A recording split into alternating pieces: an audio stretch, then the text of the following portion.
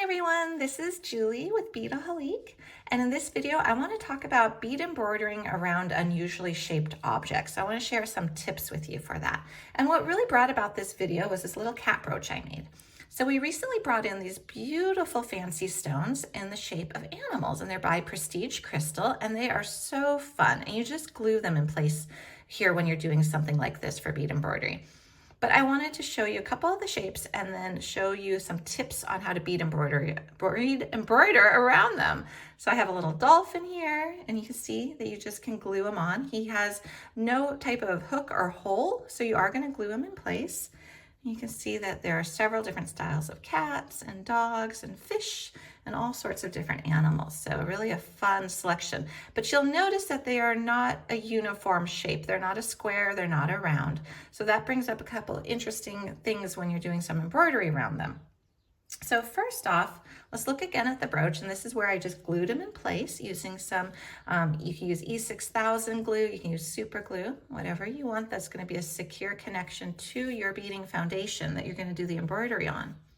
So first off, what I really looked at was what was going to make my fancy stone pop. So I'm going to show you with this little guy. So I had to choose, do I want to do a light color palette or a dark color palette? So let's look at him on white. So when you see him on white, you can see his whole outline. So he really stands out. Now I did this same process when I did this little brooch here. Now look at him on black.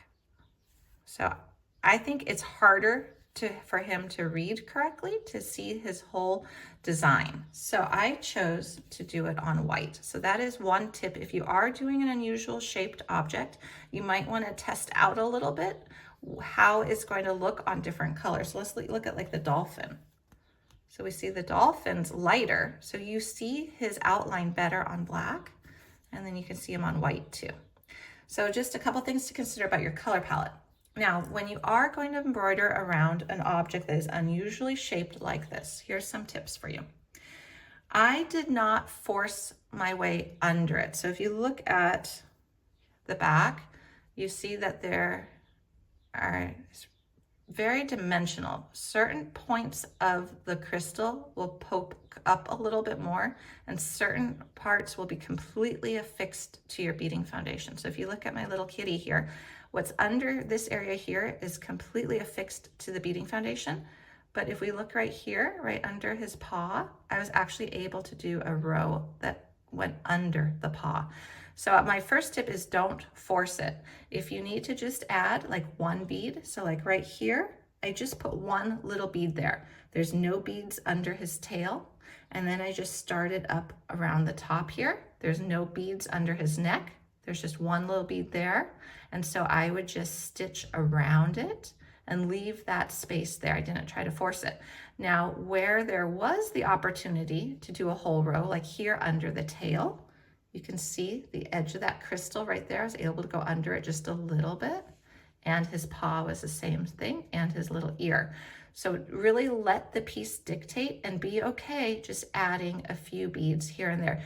Don't try to overcrowd the space either. Don't try to put in more beads than what will fit. So just let the shape dictate it.